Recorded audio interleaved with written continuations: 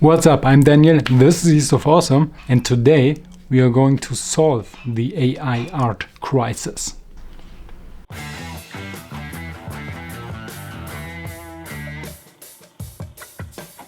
So, tell me, have you also been looking at one or two pieces of AI generated art lately and have since then, in quiet moments, captured yourself thinking about jumping out of a fucking window? Well, please don't. But I get it. I mean, as a fellow artist, your story probably also goes a little bit like this. When you were born, your mother instantly knew that you are a very special human being and meant for something extraordinary. But then you grew up and sadly you developed that unfortunate creative hunch.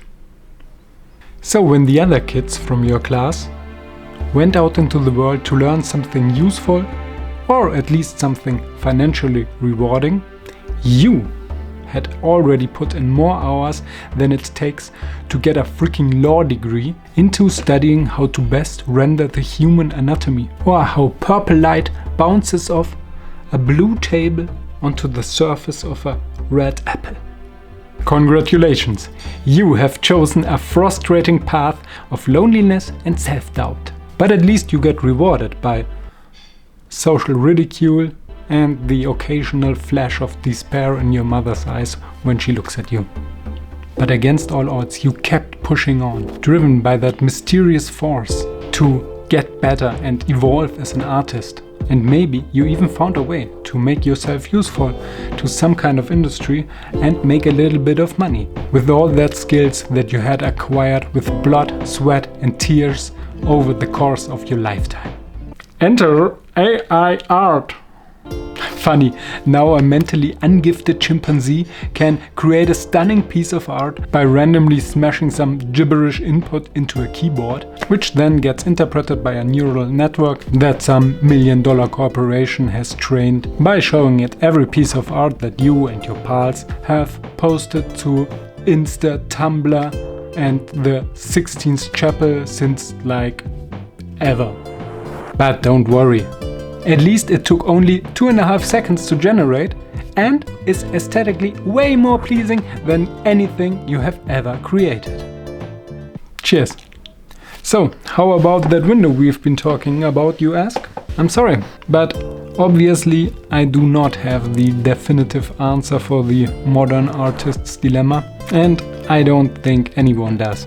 But what I do have is a personal answer to that question. And I think this is what every artist that feels threatened these days needs to find for her or himself. And by sharing that answer, we can maybe help and inspire each other in finding our path in these interesting times. So, let me briefly share with you my personal art journey and thereby maybe show you how I arrived at this little happy place here where I feel like I do not care so much how good AI art gets. So I make it quick. So when I was born, my mother instantly knew that I was a very special human being and meant for something extraordinary. But then I grew up and sadly developed that unfortunate creative hunch. So I really liked drawing stuff, and when I stumbled in a kiosk about what some guy called Michael Turner had done to that nice lady from the video game that everybody was playing at the time, I was obviously lost. Wait.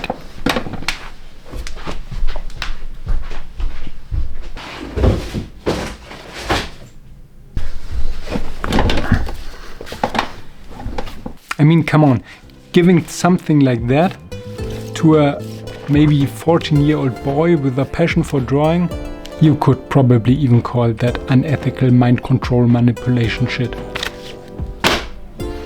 So, after I had redrawn every fucking panel out of that comic repeatedly, had gotten really into comics in general after that, had made a few friends, found an awesome comic book store in the neighborhood, of course, had started making comics myself. There I tried to apply my love for traditional painting and media to that field of comics. Later I learned to really use the computer and a drawing tablet, and I became obsessed with the limitless possibilities and the freedom of digital art. I could have all the layers for every element in my painting and render every little detail with godlike precision. Then I got carried away for a while with becoming a professional designer and selling my soul to the all-devouring gods of marketing and advertising for a while. I'm sorry.